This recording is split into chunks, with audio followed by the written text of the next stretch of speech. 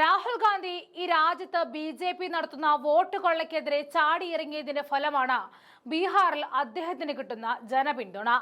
എന്നാൽ ഇന്ന് വോട്ടർ അധികാർ യാത്രയ്ക്കിടയിൽ പ്രധാനമന്ത്രി നരേന്ദ്രമോദിക്കെതിരെ മോശം പരാമർശം നടത്തിയെന്ന് ആരോപിച്ച് ബി.ജെ.പി. കോൺഗ്രസ് ഓഫീസിലേക്ക് മാർച്ച് നടത്തിയതിൽ പൊരിഞ്ഞ അടി നടന്നു.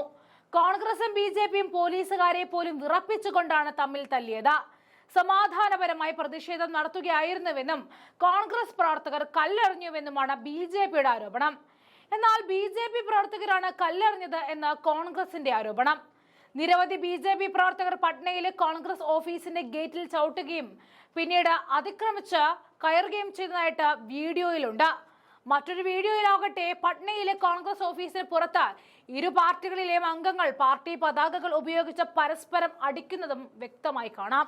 ഇതിന് ഉചിതമായ മറുപടി നൽകുമെന്ന് കോൺഗ്രസ് പ്രവർത്തകൻ ഡോക്ടർ അശുതോഷ് പറഞ്ഞു. സർക്കാരിന്റെ ഇടപെടലോടെയാണ് ഇത് സംഭവിക്കുന്നത്. നിതീഷ് കുമാർ തെറ്റ് ചെയ്യുകയാണ് എന്നാണ് പറഞ്ഞത്. ലാത്തി ചാർജിനിടെ സ്ഥലത്തുണ്ടായിരുന്ന പോലീസുകാർ ഇടപെട്ടു. എന്നാൽ ഇരു പാർട്ടികളെയും കേൾക്കാൻ തയ്യാറായിരുന്നില്ല. ഇതിൽ ഇരു പാർട്ടികളിലെയും നിരവധി പ്രവർത്തകർക്ക് പരിക്കേറ്റിട്ടുണ്ട്. ബി.ജെ.പി. പ്രവർത്തകർ കോൺഗ്രസ് ഓഫീസിലേക്ക് കടക്കാൻ ശ്രമിച്ചതായിട്ടും പറയപ്പെടുന്നു. ഇതേ തുടർന്ന് കോൺഗ്രസ് പ്രവർത്തകർ അവരെ ഓടിച്ചു കളഞ്ഞു. തുടർന്ന് സംഘർഷാവസ്ഥ ഉടലെടുത്തു. വിഷയം കൂടുതൽ വഷളായി. ബഹളം വർദ്ധിച്ചുകൊണ്ടിരുന്നു. കോൺഗ്രസ് വേദിയിൽ നിന്നും പ്രധാനമന്ത്രി നരേന്ദ്രമോദിയെ അധിക്ഷേപിച്ചതിനെ തുടർന്ന് ബി.ജെ.പി. കുർജി ആശുപത്രിയിൽ നിന്നും പട്നയിലെ സദക്കത്ത് ആശ്രമത്തിലേക്കാണ് മാർച്ച് നടത്തിയത്. ബി.ജെ.പി. പ്രവർത്തകർക്കൊപ്പം മന്ത്രിമാരായ സഞ്ജയ് സറോഗി, നിതിൻ നവീൻ എന്നിവരും അതിൽ പങ്കെടുത്തു.